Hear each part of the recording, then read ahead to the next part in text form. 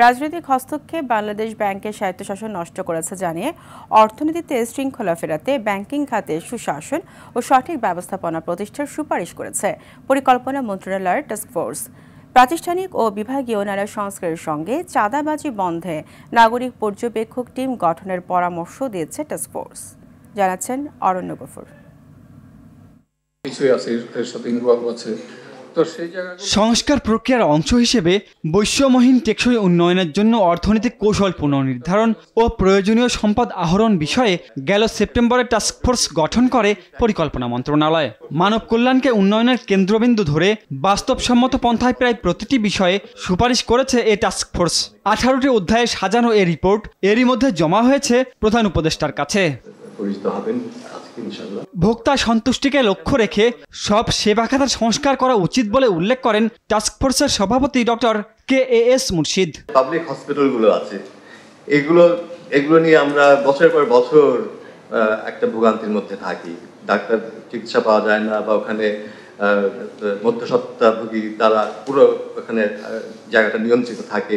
একটা হাসপাতালের জন্য একটা প্রফেশনাল লিডারশিপ দরকার, একটা ভালো সিনিয়র ম্যানেজমেন্ট দরকার, একটা ভালো বোর্ড দরকার, এবং এই বোর্ডের কম্পোজিশনটাও ইম্পর্টেন্ট। ঢাকা বাঁচাতে বুড়িগঙ্গা পুনরুদ্ধার এবং নগর ব্যবস্থাপনায় স্বয়ংক্রিয় ট্রাফিক ব্যবস্থা জরুরি বলে মনে করে টাস্কফোর্স। টাকার অবমূল্যায়ন রোধ ও নতুন দেউলিয়া আইন সহ অর্থনৈতিক খাতে দুর্নীতির লাগাম টানার বিকল্প দেখছে না টাস্কফোর্স। বাংলাদেশ ব্যাংকের স্বায়ত্তশাসনটা ক্রমান্বয়ে দুর্বল থেকে দুর্বলতর করা হয়েছে। যদিও বাংলাদেশ ব্যাংক অ্যামেন্ডমেন্ট বিল 2003-এ এখানে যথেষ্ট পরিমাণে স্বায়ত্তশাসন দেওয়া হয়েছে, কিন্তু রাজনৈতিক প্রভাবের কারণে এমনকি যারা ওই আসনে বসেছিলেন তাদের নিজস্ব দুর্বলতার কারণেও কিন্তু বাংলাদেশ ব্যাংকের নিয়ন্ত্রণকারী সংস্থা হিসাবে এটার দুর্বলতা ক্রমান্বয়ে প্রমাণিত হয়েছে। আমরা বলছি যে নতুন ব্যাংকে লাইসেন্স দেওয়া বন্ধ করা, বাংলাদেশ ফাইন্যান্সিয়াল ইন্টেলিজেন্স ইউনিট এটাকে শক্তিশালী করা, নবায়নযোগ্য জ্বালানির ব্যবহার বাড়ানোর পাশাপাশি জ্বালানি খাতে দেশীয় সামর্থ্য কাজে লাগানোর কথা পরিকল্পনা উপদেষ্টার কণ্ঠে। বাংলাদেশ বিমান যেটা একটা অথর্ব একটা প্রতিষ্ঠান, এটা সব সময় তো লসে চলে, তা তো করার কথা না। বাংলাদেশ তো অন্য এয়ারলাইন্স এখান থেকে এত প্রফিটেবল হয়, বাংলাদেশ বিমানের এই দুর্দশা কেন?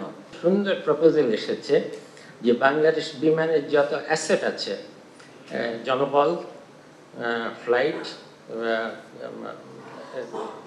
প্লেন, এগুলোকে একদম অর্ধেক করে দিয়ে একটাকে একদম বিদেশিদের ম্যানেজমেন্টে দেওয়া।